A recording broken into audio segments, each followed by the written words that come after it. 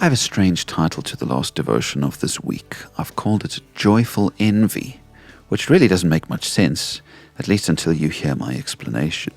You see, in Luke 10, we've read all about joy this week, the disciples' joy, Jesus' joy, the Father's joy, how praise leads to joy. Now let's read how this interaction between Jesus and the disciples ends in verse 23. He turned to his disciples and said privately, "Blessed are the eyes that see what you see. For I tell you that many prophets and kings wanted to see what you see, but did not see it, and to hear what you hear, but did not hear it."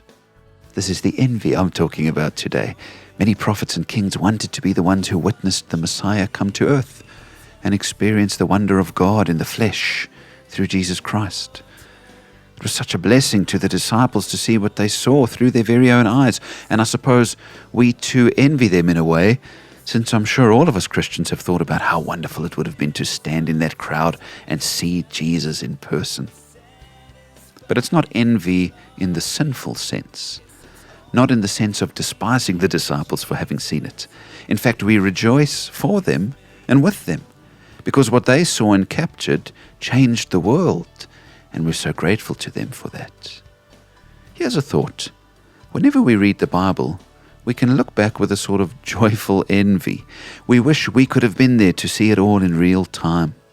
But we open our Bibles and read in our air-conditioned homes with modern medical care and clothes and internet and food and blessings abounding. We're joyful because through God's grace, those who saw Jesus in action built the Christian faith and built the church, and we stand on their shoulders, as the saying goes. Are you joyful and thankful today for what our Christian ancestors in the original disciples did? Do we read their stories with a tremendous sense of joyful gratitude for how we reap the benefits of what those who went before us built for us?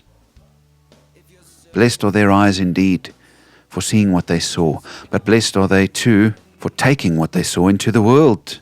Yes, I wish I could have seen what they saw. But I read their stories with joy because my life is so deeply enriched by their ministry and mission. So read your Bible with a joyful envy, if we could call it that, and know how blessed you are, because those who saw Jesus with their own eyes never kept him to themselves, but shared him with the world. God bless you, my friends, and have a wonderful weekend. Come find joy.